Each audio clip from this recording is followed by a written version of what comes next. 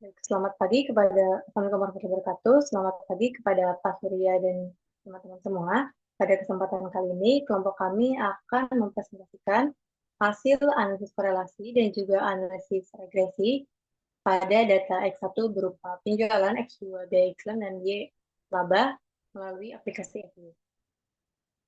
Untuk yang pertama, kita akan melakukan analisis korelasi melalui scatter plot. Saya izin untuk share screen.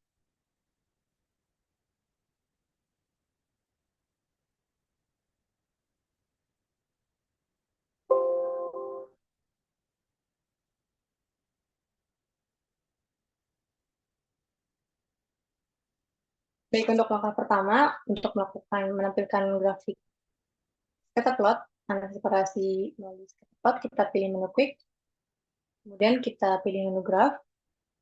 Di sini kita pilih dua variabel yang akan diuji, yakni variabel Y dan juga variabel X. Untuk variabel Y-nya kita akan menguji di sini berupa laba. Dan untuk variabel X satunya berupa penjualan.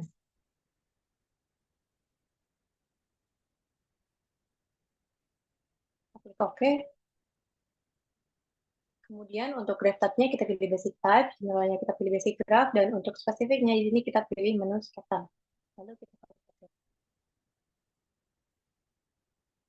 Nah, di sini dapat dilihat tampilan grafik scatter plot dari variabel penjualan dan juga variabel laba. Dari sini dapat dilihat bahwa datanya menunjukkan pengaruh negatif karena semakin rendah penjualan, semakin meningkat labanya. Namun, data yang terlihat tersebar dan hanya memiliki 4 titik yang membentuk pola juga menunjukkan bahwa mungkin pengaruhnya kurang signifikan. Untuk selanjutnya, kita bisa menamai grafik scatter plot ini dengan cara ketik name tadi. Lalu kita namai saja ini scatter plot 1.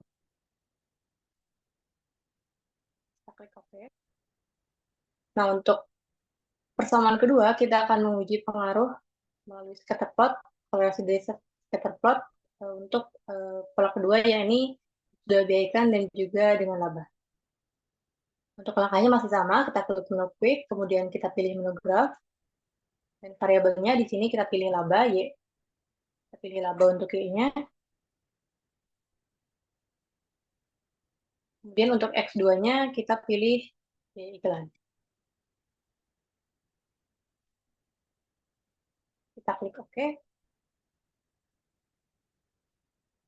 Nah, untuk graph type-nya masih sama basic type, masih sama, spesifiknya juga kita pilih tetap scatter. Kita klik OK. Nah, di sini dapat kita lihat tampilan scatter plot dari variabel Y laba dan juga variabel X2 berupa biaya iklan.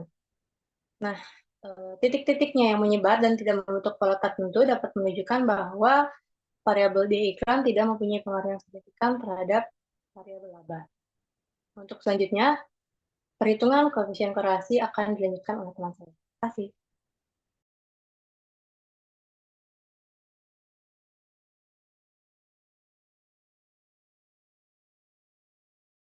Baik, untuk selanjutnya kami akan menentukan besarnya koefisien korelasi dari setiap variabel.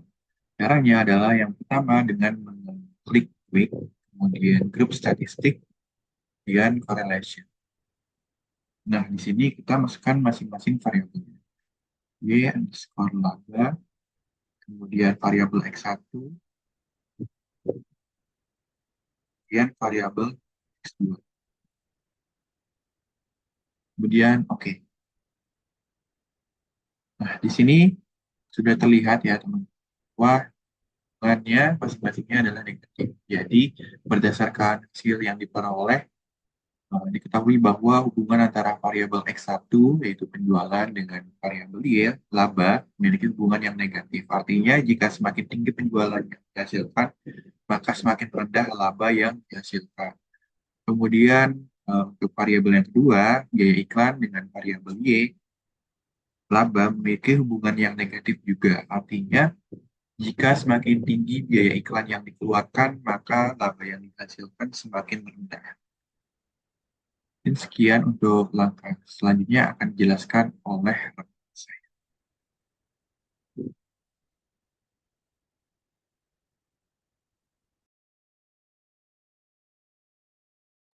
Baik, setelah analisis korelasi, kita beralih menuju di sini kita analisis regresi. Kita punya dua variabel independen, yaitu pertama X1 ada penjualan, X2 dan X3 itu berarti Y-nya ya, laba. Nah, di sini kita X1-nya itu kita punya hipotesis H1-nya itu penjualan berpengaruh terhadap laba, dan X2-nya itu kita punya hipotesis berarti H2-nya itu biaya iklan berpengaruh terhadap laba gitu.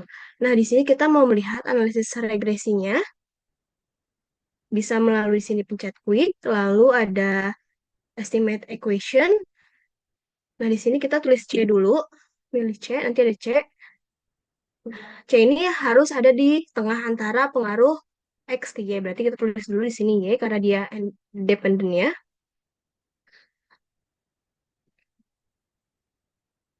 Ada laba. Nah, C-nya itu di tengah, berarti kita lanjut ke X. X1-nya ada penjualan, dan X2-nya itu ada biaya. Nah, ini posisi C itu harus ada di tengah karena sebagai koefisien nanti bisa melihat antara pengaruh X1, X2 dengan Y-nya laba gitu.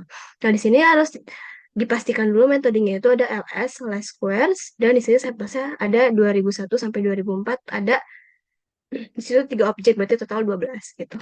Kita langsung oke aja. Dia akan muncul tab baru seperti ini. Nah, di sini uji regresinya itu kita bisa melihat melalui uji T. Di sini ada T statistik bersama dengan probabilitasnya. Dan di bawah ini juga ada F statistik bersama dengan probabilitasnya. Nah, apa sih bedanya antara uji T dengan uji F? Nah, uji T ini akan melihat pengaruh per variabel. Di sini kan ada dua variabel independen ya, X1 dengan X2. Nah, itu akan diuji satu per satu. Makanya di sini ada dibedakan antara X1 hasilnya berapa dan X2 hasilnya berapa. Karena ini akan diuji per satu variabel independen terhadap dependennya. Nah, kalau uji F yaitu uji simultan. Dia langsung berbarengan, semua variabel independennya akan diuji secara bersamaan terhadap uji ke Y-nya atau si dependennya gitu. Makanya di sini cuma ada satu hasil. Kalau di sini karena parsial, di sini per hasilnya per variabel X-nya gitu. Nah, di sini kita bisa melihat hubungannya signifikan apa enggak itu dari nilai probabilitasnya ini nih, teman-teman. Misalkan di sini uji T statistiknya dari probabilitas dari X1. Di sini sebesar 0,06. Nah, dikatakan berpengaruh signifikan apabila nilai probabilitasnya ini dia lebih kecil daripada 0,05. Nah, di sini kan ada 0,06 ya. Berarti dia itu kan lebih besar daripada 0,05. Berarti tidak berpengaruh signifikan gitu. Berarti X1 penjualan itu tidak berpengaruh signifikan terhadap laba gitu. Nah, berarti H0-nya itu diterima, tapi H1-nya ditolak karena tidak berpengaruh signifikan. Nah, sama juga di sini X2-nya itu biaya iklan, yaitu 0,33. Sedangkan kan kalau berpengaruh signifikan itu harus kurang daripada 0,05. Karena ini lebih daripada 0,05, berarti biaya iklan tidak berpengaruh signifikan terhadap si laba Y-nya ini. Berarti H0-nya diterima, tapi H1-nya itu tidak diterima atau ditolak. Nah, selanjutnya kita tadi uji F-nya bisa kita lihat di sini juga sama syaratnya, berpengaruh signifikan secara simultan atau secara bersama-sama jika nilai probabilitas F statistiknya itu kurang daripada 0,05. Nah, karena di sini 0,16 berarti itu lebih daripada 0,05, berarti uji secara bersamaan antara variabel X terhadap variabel itu tidak berpengaruh secara signifikan. Kenapa sih bisa tidak berpengaruh secara signifikan? Karena mungkin dari variabel kedua ini dia hanya mempengaruhi sekitar di bawah 50% saja. Nah, di atas 50%-nya mungkin dipengaruhi oleh variabel-variabel lainnya. Mungkin itu akan dijelaskan oleh rekan saya selanjutnya. Terima kasih.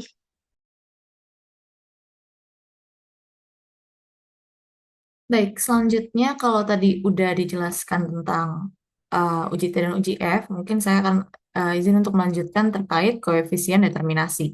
Nah, dari hasil regresi ini, maka dapat disimpulkan bahwa R-square-nya ini bisa kita lihat, R-square-nya itu sebesar kurang lebih 33% atau 0,32 sekian.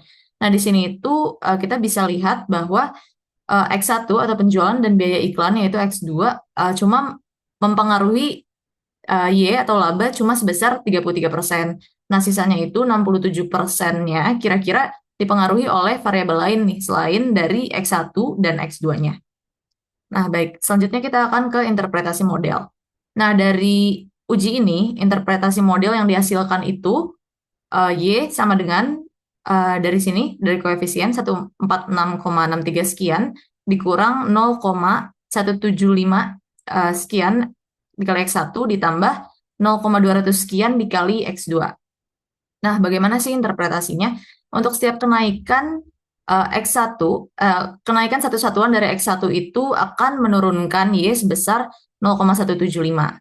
Nah, dan untuk setiap kenaikan satu satuan dari X2 itu akan menaikkan Y sebesar 0,2.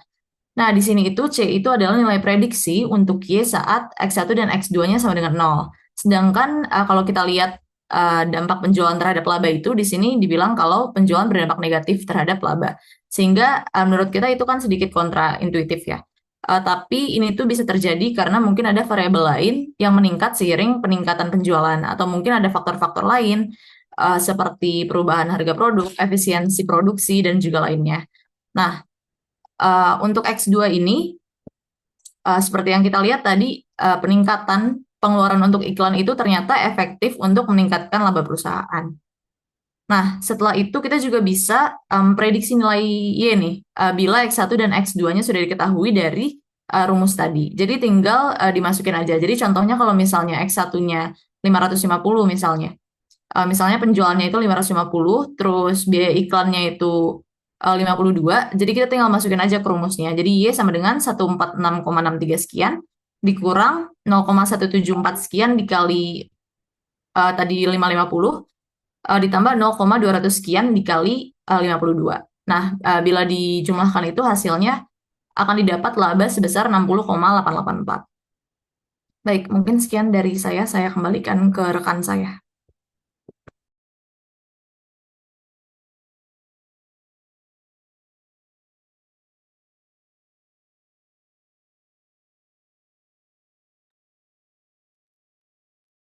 Baik, sekian presentasi dari kami. Tadi telah ditampilkan juga untuk analisisnya terdiri dari dua analisis, yakni yang pertama ada analisis korelasi dengan scatter plot dan juga perhitungan koefisien korelasi, lalu ada juga analisis regresi melalui uji F, uji T, koefisien determinasi, dan juga ada interpretasi dari modelnya.